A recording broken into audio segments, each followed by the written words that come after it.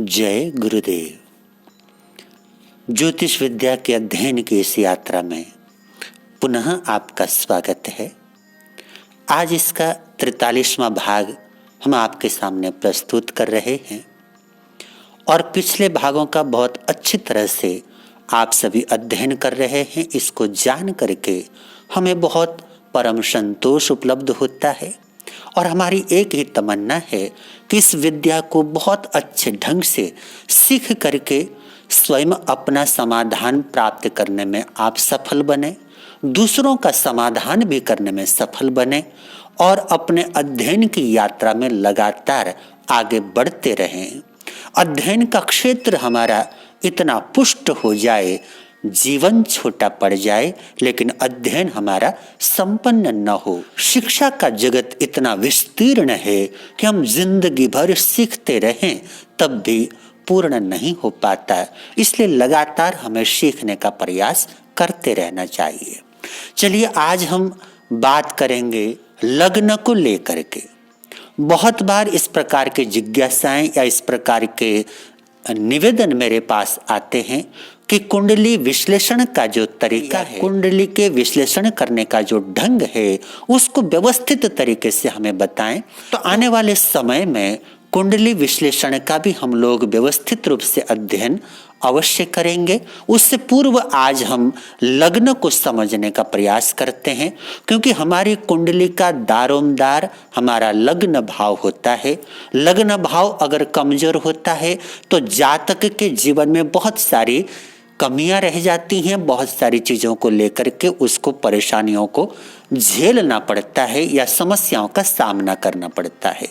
वहीं पर लग्न अगर मजबूत हो, लग्न अगर बलवान हो तो बहुत सारी चीजें सहज रूप से जातक को उपलब्ध हो जाती हैं, उसको बहुत आसानी के साथ सफलता प्राप्त हो जाती है।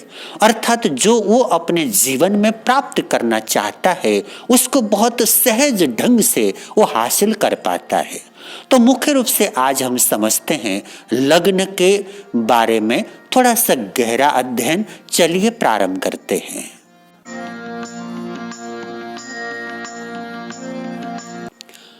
ये हमारी कुंडली का नक्शा हुआ जिसको आप लोग भली भांति जानते हैं, और इस कुंडली का ये वाला जो भाव है इसको लग्न बोला जाता है। सबसे पहला भाव, इसको प्रथम घर भी कहा जाता है, लग्न भाव भी कहा जाता है। लग्न भाव अगर बलवान होता है तो जातक को अपने जीवन में मान सम्मान पर्याप्त मात्रा में उपलब्ध होता है, उसका स्वास्थ्य बहुत अच्छा रहता है और उसका जो स्वभाव है, उसका जो नेचर है, वो सबके साथ में हिल मिल जाने वाला, सबके साथ में एडजस्ट होने वाला, जिसको हम लोग कहते हैं कि बहुत अच्छे स्वभाव का धनी, ऐसे जातक को अपने स्वभाव का लाभ प्राप्त होता है, मान सम्मान का लाभ प्राप्त होता है और अपने स्वास्थ्य का लाभ प्राप्त होता है।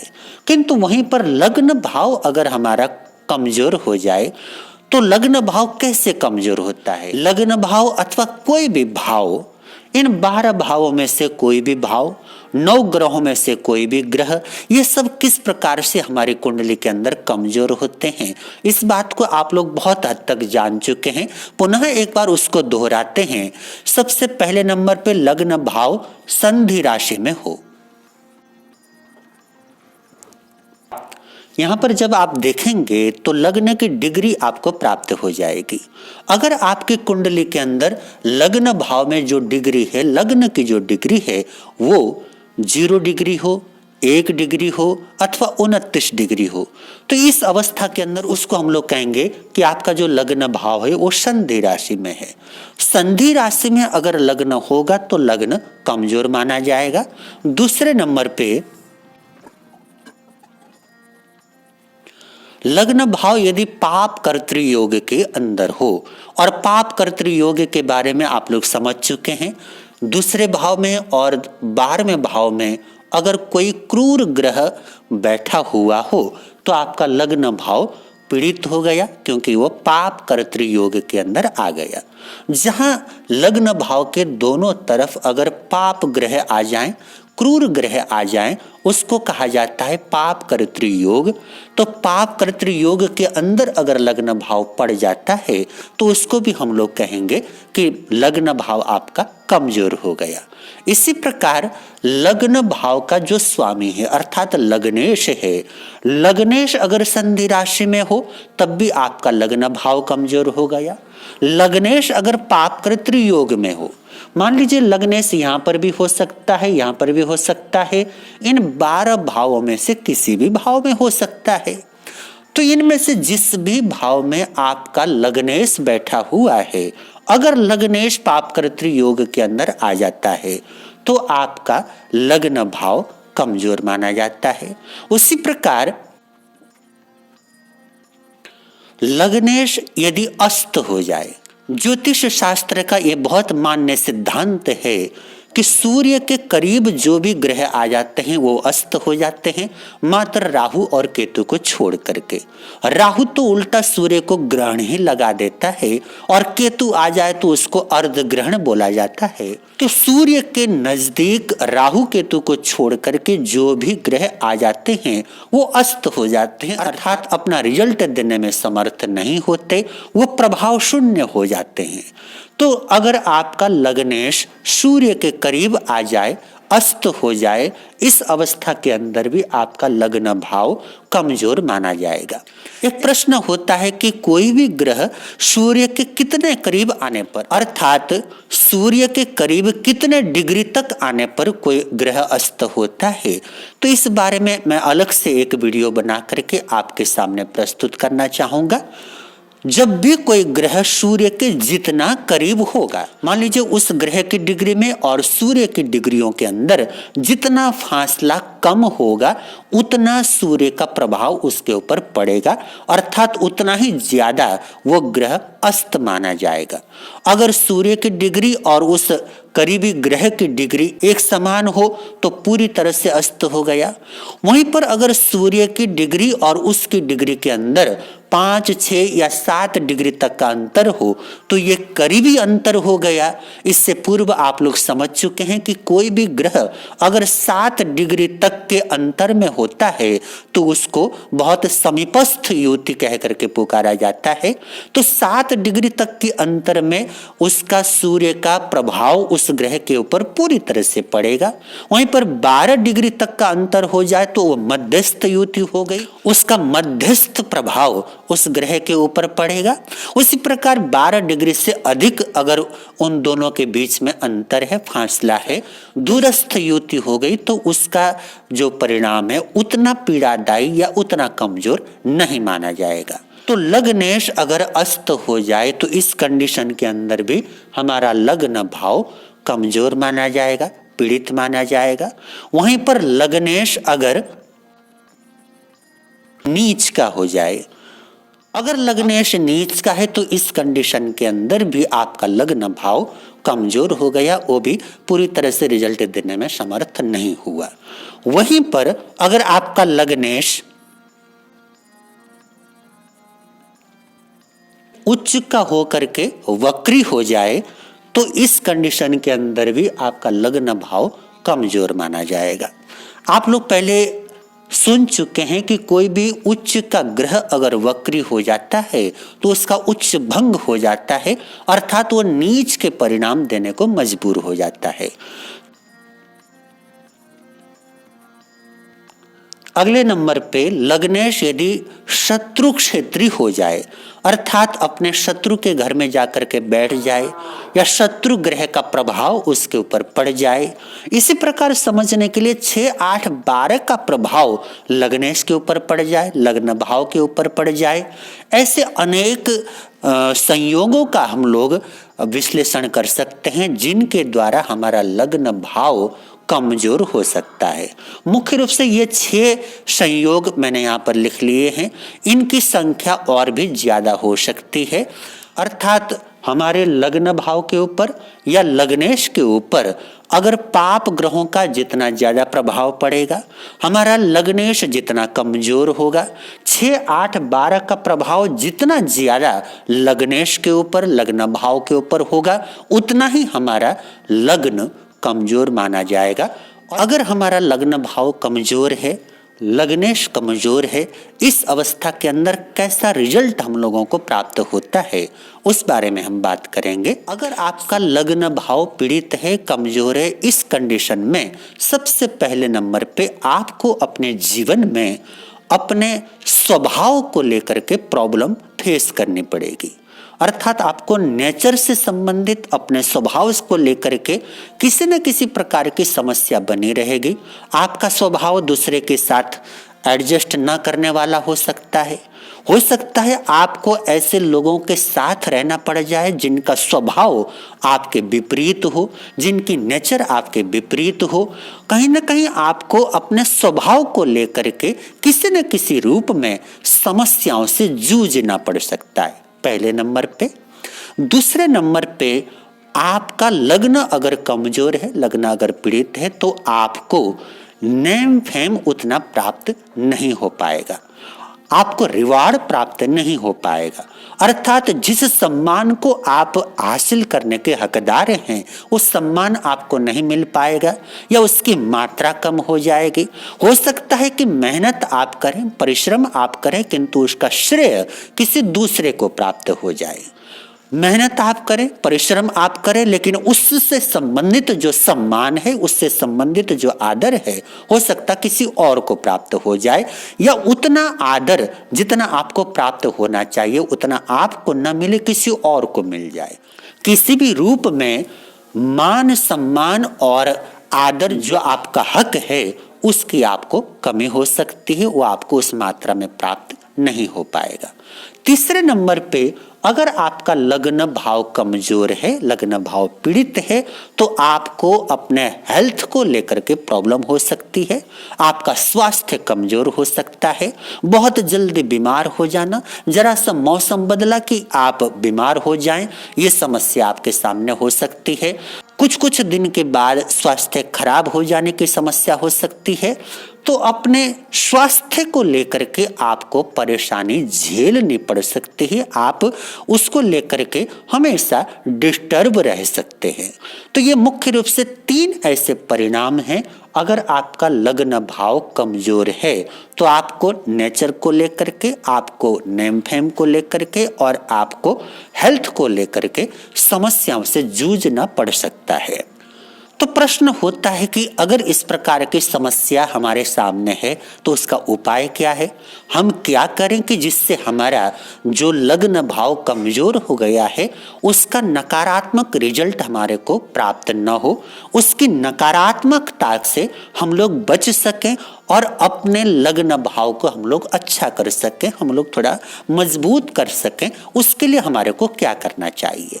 तो देखिए, उसके लिए मैं बताना चाहूँगा, सबसे पहले नंबर पे ये जो लग्न भाव है ना, इस लग्न भाव से आपका शरीर देखा जाता है, आपके शरीर की बनावट देखी जाती है। अर्थात इस कुंडली के अंदर ये वाला भाव एक प्रकार से आपका व्यक्तित्व है। तो आपका व्यक्तित्व बनता कैसे है? जैसे शरीर हमारा बनता है तो हमारे भोजन से पहले नंबर पे, हमारे विचारों से दूसरे नंबर पे, और जो हमारा रहन सहन का वातावरण है, जिस माहौल के अंदर आप रहते हैं, आपका आसपास का जो माहौल है वो आपके ऊपर बहुत बड़ा असर डालता है। तो मुख्य रूप से 3 चीजें हो गई। पहले नंबर में आपका खान पान, दूसरे नंबर में आपकी सोच विचार और तीसरे नंबर में आपका वातावरण, आपका माहौल। तो ये तीनों की तीनों चीजें आपको सुधारने का प्रयास करनी चाहिए। अर्थात अगर आपका लग्न भाव पीड़ित है तो जो आपका लग्नेश है उस लग्नेश से संबंधित जो पदार्थ हैं उनको अपने भोजन में सम्मिलित कर लें। जैसे उदाहरण के लिए मान लीजिए लग्नेश अगर आपका सूर्य है और उस कंडीशन के अंदर अगर आपका लग्न भाव पीड़ित है तो आपको हमेशा अपने भोजन में गुड़ का प्रयोग प्रारंभ कर देना चाहिए। थोड़ी सी मात्रा में आप गुड़ ले सकते हैं, रोटी के अंदर आप गुड़ मिला करके खा सकते हैं। अर्थात सबसे पहले नंबर पे आपको अपने भोजन में अपने लग्नेश से संबंधित जो चीजें हैं उनको सम्मिलित कर लेना चाहिए। सूर्य है तो गुड़ आपने सम्मिलित कर लिया। यहाँ पर अगर आपका लग्नेश चंद्रमा है तो चंद्रमा की चीजें जैसे दूध है, मक्खन है, जो भी डेयरी प्रोडक्ट हैं वो चंद्रमा से संबंधित हैं। तो दूध या मक्खन, इस चीज का जो सफेद मक्खन होता है, दूध अथवा सफेद मक्खन, इसको आप अपने भोजन में शामिल कर लें। उसी प्रकार मंगल अगर आपका लग्नेश है तो मंगल के लिए आप थोड़ा सा शहद अपने भोजन में शामिल कर लें। वहीं पर बुध अगर आपका लग्नेश है तो बुध के लिए इलायची अथवा सौंफ ये आप अपने भोजन में सम्मिलित कर लें। यहाँ पर अगर आपका गुरु है तो गुरु के लिए हल्दी और केसर वो गुरु के आर्टिकल हैं, तो आप अपने भोजन में थोड़ा सा हल्दी और केसर सम्मिलित कर लें। या यूं भी आप कर सकते हैं कि दूध में थोड़ा सा हल्दी मिला करके अथवा केसर मिला करके आप दूध पिया करें। अगर लग्न भाव में आपका शुक्र है तो शुक्र के लिए आपको अपने भोजन में गाय का घी शामिल कर लेना चाहिए अथवा दही का प्रयोग शामिल कर लेना चाहिए। वहीं पर अगर शनि आपका लग्नेश है और लग्न भाव कमजोर है तो आपको काली मिर्च का प्रयोग अपने भोजन में शामिल कर लेना चाहिए।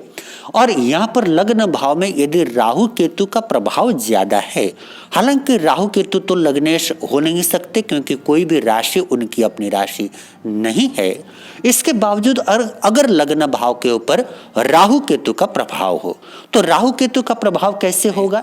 लग्न भाव में राहु या केतु विराजमान हो तो उनका प्रभाव हो गया। या फिर हमारा जो लग्नेश है, लग्नेश अगर राहु के नक्षत्र में हो अथवा केतु के नक्षत्र में हो तो लग्न भाव में उनका प्रभाव हो गया। अगर लग्न भाव के साथ में राहु और केतु का किसी भी रूप में संबंध बनता हो, बैठता हो, तो आप अगर यहाँ पर राहु का संबंध बन रहा है तो आप राहु के लिए तिल के तेल का प्रयोग अपने भोजन में शामिल करना शुरू कर दें, अर्थात तिल का तेल अपने भोजन में सम्मिलित कर लें। वहीं पर अगर केतु का प्रभाव आपके लग्न के ऊपर है तो आप काले और सफेद जो तिल होते हैं उन तिल का प्रयोग करना शुरू कर दें। इस प्रकार से लग्न भाव अगर आपका कमजोर है तो जो आपका लग्नेश है, लग्नेश के आर्टिकल को आपको स्वीकार करना होगा। पहले नंबर पे ये वाली बात हुई। दूसरे नंबर पे लग्न भाव कमजोर होने पर आपको अपने लग्नेश के अनुसार अपने सोच विचार के अंदर उसके जो सकारात्मक गुण हैं उनको अपना लेना होगा। मान लीजिए सूर्य अगर यहाँ पर है तो आपको सूर्य के जो गुण हैं, अर्थात सूर्य उदय से पहले उठना, नियमित अपने कार्यों को संपन्न करना, अपने कार्यों में कहीं पर भी विलंब न करना, किसी को वचन दे करके टालना नहीं, समय पर पहुंचना, समय पाबंदी वाली जो हैबिट्स हैं उनको आपको अपने जीवन में सम्मिलित कर लेना चाहिए। उसी प्रकार अगर यहाँ पर चंद्रमा है तो चंद्रमा दया भाव है, आपको अपने नेचर के अंदर दया भाव को डेवलप करना होगा। अपने सोच विचार के भीतर में एक जैसे माता का वात्सल्य होता है उस प्रकार का वात्सल्य आपको अपने सोच विचार के अंदर डेवलप करना होगा। मंगल अगर यहाँ पर है तो मंगल जैसे सकारात्मक रूप से एफर्ट्स करना, अच्छे रास्ते पर पराक्रम करना, अच्छे कार्यों पर वहां पर अपना साहस लगाना, ये सब काम आपको करने होंगे। अगर बुध है तो बुद्धि का दुरुपयोग न करें, दूसरे के लिए गलत सोच करके गलत डिसीजन न लें, हमेशा सही निर्णय करने का प्रयास करें। गुरु है तो सत्य के रास्ते पर चलें, सत्य बोलें, झूठ न बोलें। शुक्र है तो थोड़ी मीठी भाषा बोलें, मधुर वाणी बोलें, कड़वा न बोलें। शनि है तो वहां पर बुजुर्गों का जो स्वभाव होता है बातों में, तो बुजुर्गों की तरह जो सत्य युक्त, न्याय युक्त इस प्रकार की वाणी और इस प्रकार की सोच अपने भीतर में विकसित करें। वहीं पर राहु और केतु हैं तो अपने सोच और विचार को नकारात्मक होने से बचा करके सकारात्मक रास्ते पर आगे बढ़ाते रहना होगा। तो पहले नंबर पे हमारे लग्नेश से संबंधित जो आर्टिकल हैं उनको अपने भोजन में सम्मिलित करना है। दूसरे नंबर पे लग्नेश के जो सकारात्मक गुण हैं उनको अपने सोच विचार के अंदर डेवलप करना है। और तीसरे नंबर पे अपने आसपास का जो वातावरण है वो हमारे लग्नेश के सकारात्मक गुणों के अनुकूल बनाना होगा।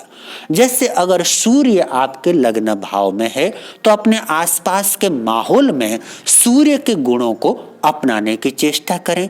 अर्थात आपका जो भी उठने बैठने का स्थान है वो गंदा न हो, अव्यवस्थित न हो। रूटीन वर्क करते समय भी आपको समय पाबंदी का ध्यान रखना चाहिए।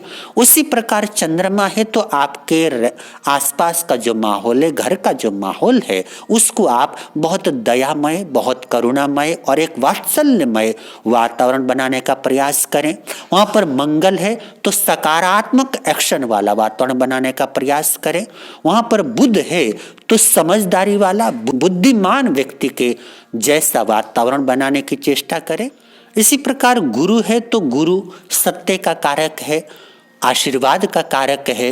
हमेशा अपने आसपास के माहौल में सत्य और आशीर्वाद, धार्मिक प्रवृत्ति को बढ़ाने की चेष्टा करें। अगर शुक्र है तो अपने माहौल में थोड़ी सी खूबसूरती को बढ़ाएं, थोड़ा सा कलात्मकता को बढ़ाएं, थोड़े डिजाइन को बढ़ाएं, वहां पर उन चीजों को विकसित करें। शनि है तो वहां पर अपने आसपास के माहौल को थोड़ा न्यायपूर्ण और अच्छा खासा मैच्योर माहौल, अनुभूति से पूर्ण ऐसा माहौल बनाने की चेष्टा करें। वहीं पर राहु और केतु हो तो रिसर्च वाला माहौल, शोध वाला माहौल, ऐसा माहौल बनाएं। तो 3 चीजें मुख्य रूप से आपको कर लेनी चाहिए अपने लग्न को मजबूत करने के लिए। पहले नंबर पे लग्नेश के आर्टिकल को अपने भोजन में सम्मिलित करना। दूसरे नंबर पे लग्नेश के सकारात्मक जो गुण हैं उनको अपने जीवन के अंदर डेवलप करना। और तीसरे नंबर पे लग्नेश के जो सकारात्मक गुण हैं उन गुणों को अपने माहौल के अंदर ज्यादा से ज्यादा अप्लाई करने की चेष्टा करना। तो ये 3 काम जब हम कर लेंगे तो अगर हमारा लग्न भाव कमजोर होगा, लग्नेश कमजोर होगा, लग्न भाव पीड़ित होगा, तो इस प्रकार के काम करने के बाद आपके लग्न से संबंधित जो समस्या है बहुत हद तक उसका समाधान हो जाएगा। तो ये था आज का हमारा विषय, लग्न भाव को लेकर के किस अवस्था के अंदर हमारा लग्न भाव कमजोर होता है और उसके होने पर हमें क्या करना चाहिए, वो बातें हम आप तक पहुंचाना चाहते थे। उम्मीद करते हैं कि ये बातें आप लोगों को भली भांति समझ में आ गई होंगी। इन बातों को भली भांति समझ करके अपने ज्ञान को वर्धमान बनाएं और अपने लग्न भाव को पूर्ण मजबूत बनाने की चेष्टा सतत करते रहें। अब बात करते हैं आपके जो प्यारे प्यारे प्रश्न हम तक पहुंचते हैं, उनमें से कुछ प्रश्नों के उत्तर हम आप तक पहुंचा रहे हैं। पहला प्रश्न है महेश शर्मा जी का। उन्होंने पूछा है, गुरुदेव ये बताएं कि वक्री ग्रह क्या फल देता है। तो मैं बताना चाहूंगा कि कोई भी ग्रह अगर वक्री हो जाता है तो जितनी उसकी क्षमता है उससे 3 गुना ज्यादा फल देने में वो समर्थ माना गया है। अगर आपकी कुंडली के अंदर अच्छा ग्रह वक्री है तो वो 3 गुना ज्यादा अच्छा रिजल्ट देने में समर्थ होगा। वहीं पर अगर वो क्रूर ग्रह या खराब ग्रह या आपका शत्रु ग्रह वक्री है तो वो 3 गुना ज्यादा बुरे फल देने में समर्थ हो जाएगा। ग्रह अगर आपकी कुंडली के अंदर अनुकूल होकर के वक्री हो जाता है तो 3 गुना ज्यादा अच्छे रिजल्ट देगा। वहीं पर ग्रह अगर आपकी कुंडली के अंदर प्रतिकूल होकर के वक्री हो जाता है तो 3 गुना ज्यादा बुरे रिजल्ट देने में वो समर्थ होगा। अगला प्रश्न पूछा है विजय कुमार जी भट्ट, अहमदाबाद गुजरात से। विजय कुमार जी बहुत जिज्ञासु हैं और बहुत सारे प्रश्न उनके हम तक पहुंचते हैं। क्रमशः आपके प्रश्नों के उत्तर आप तक हम अवश्य पहुंचाने का प्रयास करते रहेंगे। उन्होंने पूछा है कि पंचांग में अथवा ज्योतिष शास्त्र के अंदर उत्तरायण और दक्षिणायन का क्या प्राकथन है, अर्थात क्या प्रभाव है। तो मैं बताना चाहूंगा कि जो उत्तरायण का काल होता है इसको देवताओं का दिन कहा गया है और दक्षिणायन का जो काल है इसको देवताओं की रात्रि कहा गया है। तो देवताओं का दिन और रात्रि कहने का तात्पर्य इतना ही है, उत्तरायण का काल वो काल है जिस काल के भीतर आपके भीतर में दिव्यता बढ़ सकती है और दक्षिणायन का काल वो काल है जिस काल में आपके भीतर आसुरी प्रवृत्ति पनप सकती है, बढ़ सकती है। तो उत्तरायण का काल हर दृष्टि से पवित्र माना गया है, सकारात्मक माना गया है। चाहे उसके अंदर पंचांग की बात करें, चाहे उसके अंदर ज्योतिष शास्त्र की बात करें, चाहे उसके अंदर हम लोग मुहूर्त जगत की बात करें या फिर अपने जीवन के व्यवहारों की बात करें, उत्तरायण का काल हमेशा हर चीज के लिए अच्छा काल माना गया है बनिस्पत दक्षिणायन के। अगला प्रश्न पूछा है अनिल जौहरी जी ने। वो पूछते हैं कि उच्च का ग्रह अगर वक्री हो जाए तो कैसा रिजल्ट देगा। तो पहले मैं बता चुका हूं कि कोई भी ग्रह अगर उच्च का होकर के वक्री हो जाता है तो वो नीच के रिजल्ट देने को मजबूर हो जाता है। कोई भी हमारा ग्रह उच्च का होकर के वक्री हो रहा है तो सीधी सी बात उसके जो रिजल्ट हैं वो नीच ग्रह के रिजल्ट प्राप्त हो जाएंगे, अर्थात उसके कारक तत्वों की हानि हो जाएगी। अगला प्रश्न पूछा है रवि किरण जाधव जी ने। वो पूछते हैं कि उच्च का ग्रह वक्री हो जाए तो उसके अच्छे परिणाम के लिए हमें क्या करना चाहिए। तो उसके लिए मैं बताना चाहूंगा कि जो लग्न के लिए अभी मैंने बात बताई है कि आपका कोई ग्रह उच्च का होकर के वक्री हो जाता है तो उस ग्रह के जो कारक तत्व हैं, उस ग्रह के जो सकारात्मक गुण हैं, उनको अपने जीवन में ज्यादा से ज्यादा अपनाने की कोशिश करें। उसके सकारात्मक गुणों को जितना आप अपने जीवन में बढ़ाएंगे उतना ही अच्छा रिजल्ट आपको प्राप्त हो सकेगा और उसके खराब जो परिणाम हैं उनसे आप बच सकेंगे। तो आज के लिए इतना ही। पुनः मिलते हैं एक और महत्वपूर्ण विषय के साथ में। तब तक अपने अध्ययन को बढ़ाते रहें, अपने जीवन के भीतर धर्म को हमेशा बढ़ाते रहें। एकमात्र धर्म का और परमात्मा का ऐसा सहारा है जिसके सहारे हमारी सारी समस्याएं समाप्त हो सकती हैं। इतने प्रेम से मेरे शब्दों को सुना उसके लिए कृतज्ञ हूँ। आप सबके भीतर में विराजमान परमात्मा रूपी पवित्र आत्मा को मेरे कोटि कोटि नमन। जय गुरुदेव। गुरुवर के हर वचन पर